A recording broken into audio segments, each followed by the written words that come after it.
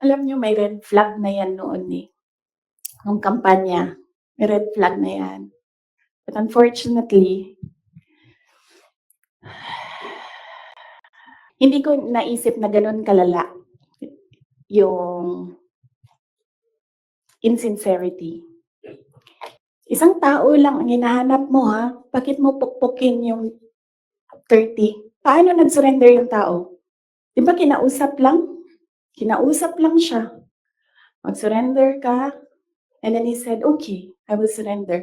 So anong purpose na pukpukin yung tao na hindi naman niya alam.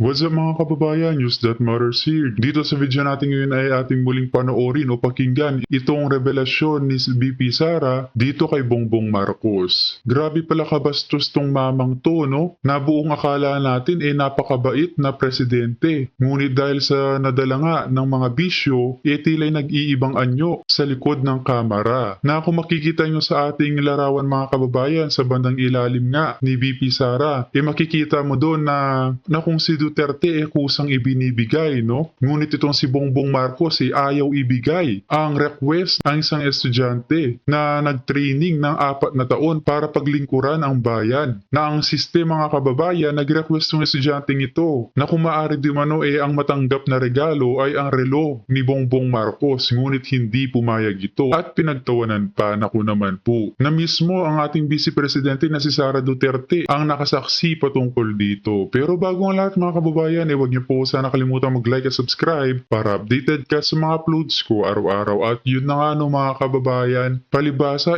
walang kaalam-alam no sa paghihirap ng mga kasundaluhan natin na wala talagang pagmamahal tong si Bonget sa mga ordinaryong mamamayan. Kung kaya naman hindi ko na patatagalin pa, ito na ang buong video. And nakita mo kung anong lumabas sa GAA. So there is an expectation na alam mo kung anong nangyayari sa budget. So merong president na, okay, ito yung NEP. Then after a few months, okay, ito yung yung wondering kung alam niya kung ano nasa page 2.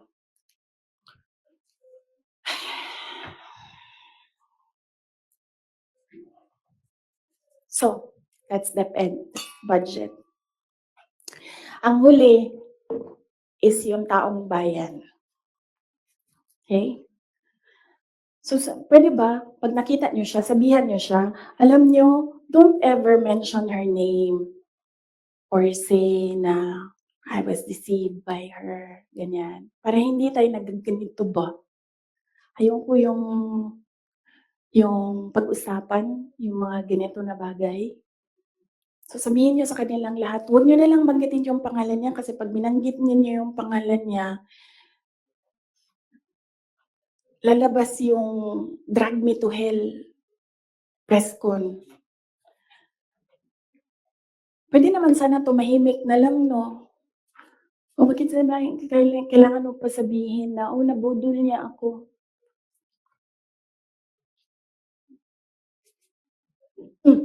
So, taong bayan.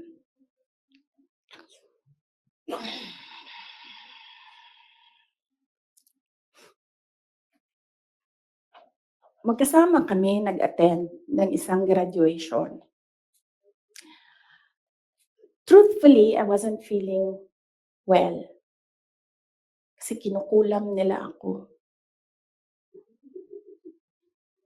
Andiyan na sila, umabot na sila sa kulam. Nagsama-sama na silang lahat. Kinukulam pa nila ako.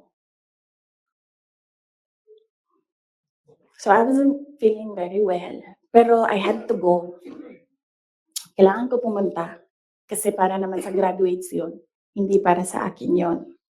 It's their happiest day. So nagsama kami.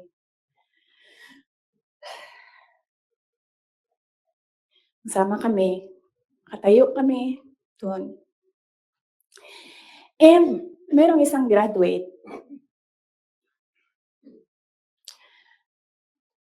na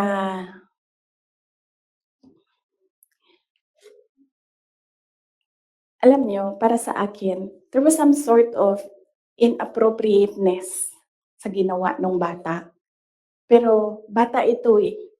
So ikaw din, meron ka din dapat sana sigurong pag-intindi kung saan nanggagaling yung bata. And ang reaction mo, ang response mo, should be so that the child will learn a lesson. So meron isang graduate. Sabi nung graduate, Mr. President, can I have your watch as a graduation gift?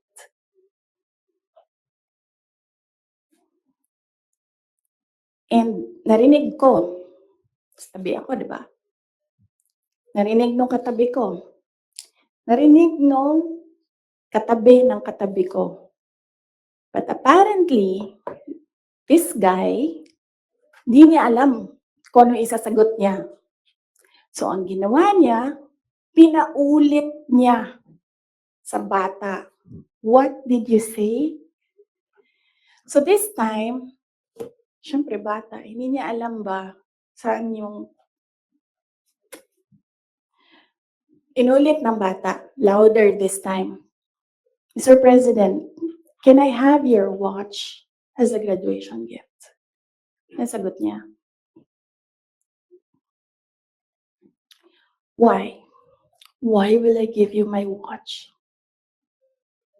At that point, Grabe. may sakit na ako. I wasn't feeling very well. Nandun lang ako, nakakatayo ako doon kasi may gamot ako. Mm. Gusto ko tanggalin yung ulo niya ba?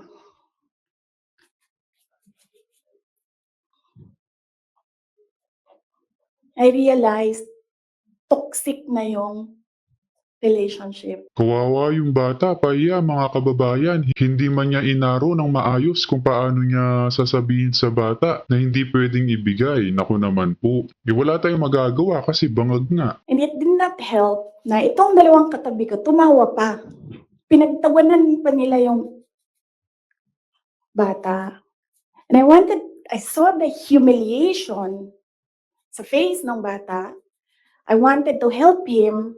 Gusto ko sabihin sa kanya, itong relo ko na lang, relo ito ng Vice President, ito relo ng Presidente, pero I hope this will do. And then I realized na baka mas lalong mapahiya yung bata if I do that. So I just imagined myself cutting his head. Gusto ko, ganun din ang gusto ko gawin doon sa mga katabi ko. So na-realize ko, toxic na ito.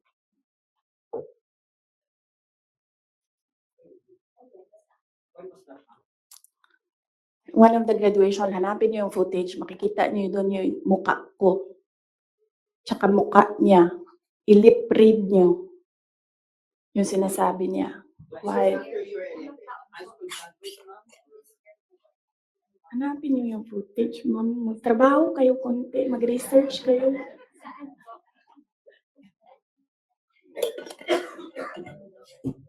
So, gusto ko sabihin sa kanya, bago ko tanggalin ang ulo mo, yung batang yan yung magpapakamatay para sa bayan natin. Nag-aral yan ng 4 na taon, naghirap yan ng 4 na taon, walang tulog araw-araw para mag-training kasi mamamatay yan para sa bayan natin.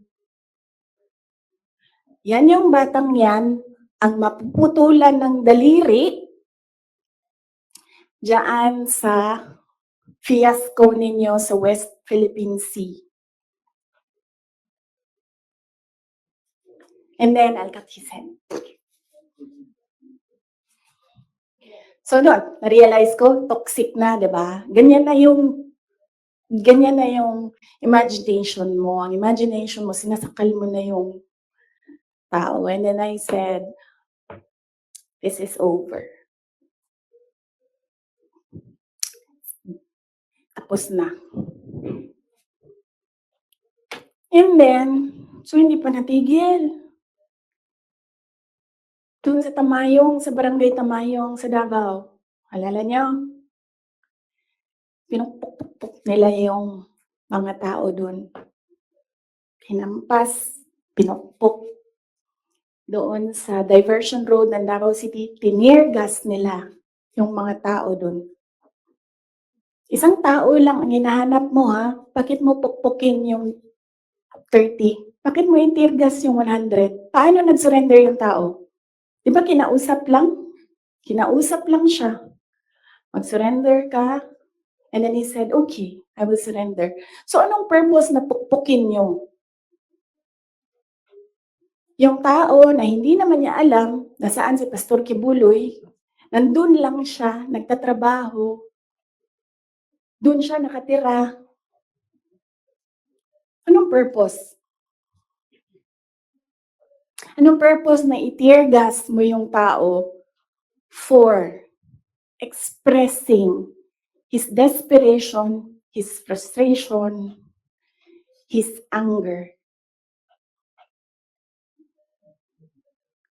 Para lang maghanap ng isang tao na in the end, paano nag-surrender? Kinausap. Nag-surrender siya.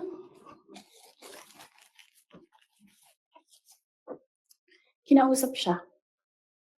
Walang napukpok, walang natirgas, walang nasaktan. And then, kailangan nyo talaga ganunin ang mga tao. And then I said, it's all over. So, umupo ako with the table ko sa DepEd at the time. And then sabi ko, sarili ko, okay, let's go to hell.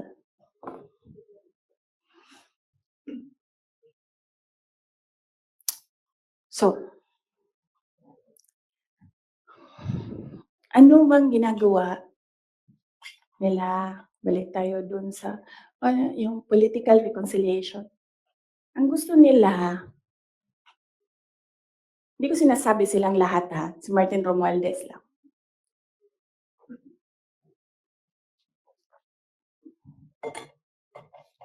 Ang gusto ni Martin Romualdez,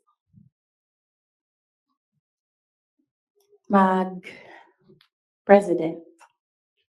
Nakita ko yan sa kanyang mata noong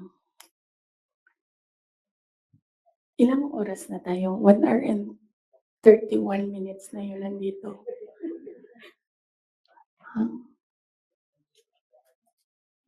I-cut na lang natin. Tapos next week yung Martin. Pwede, madami na kayong material, di ba? Okay na yun? Oh. Sige. Ang questions natin doon lang sa 1, 2, 3 ha. Sa personal, sa budget, sa DepEd, and kung the way he treats. Alam niyo, may red flag na yan noon eh.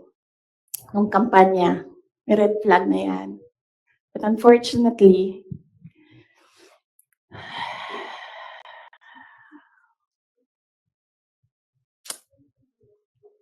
hindi ko naisip na ganun kalala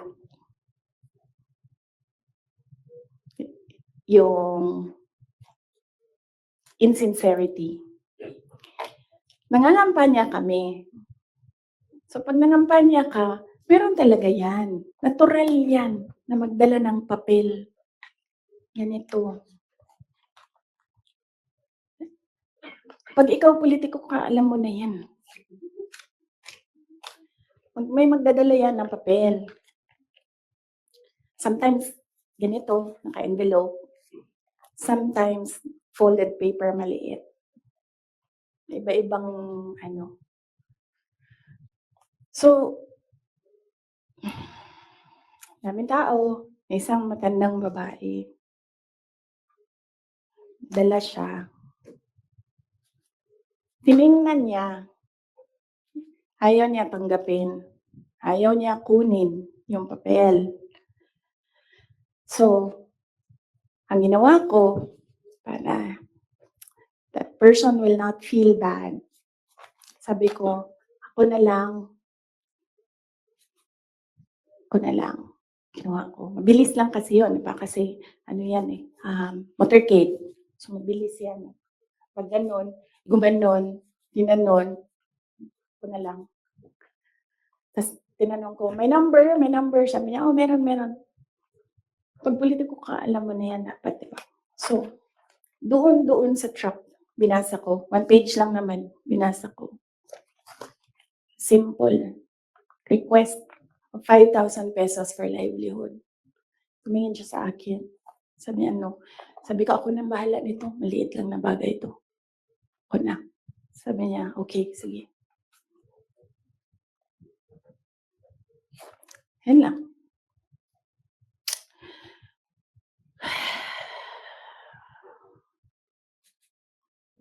Alam mo yun? Maliit na bagay yan ba? Kunin mo. Basahin mo. May number dyan. Tawagan mo. And then you say, okay. Ano ang mga documents na kailangan namin? Okay, bigay mo. And then, okay. Complete documents. Ayan. Tapos,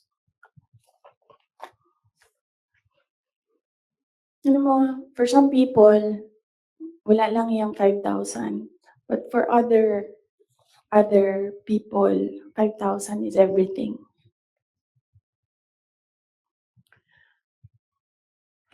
Merong governor ngayon, hanapin niyo siya.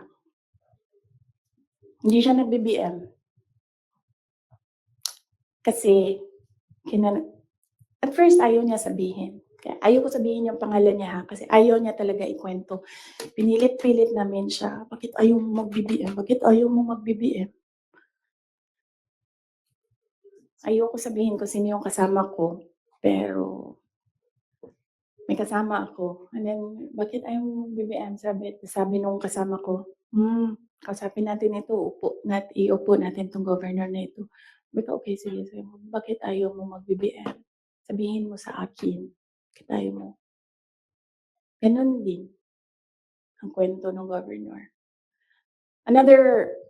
May ibang version lang, konti. Hindi straightforward na ganon. Ang kwento ng governor, siya nakita ko with my own 2 eyes kasi ako yung nag-i-escort sa kanya. And for that reason, hindi ako mag-BBM. Okay, na sabi ko sa kanya, okay, di na magsara ka na lang. Sabi niya, sige, ikaw walang problema.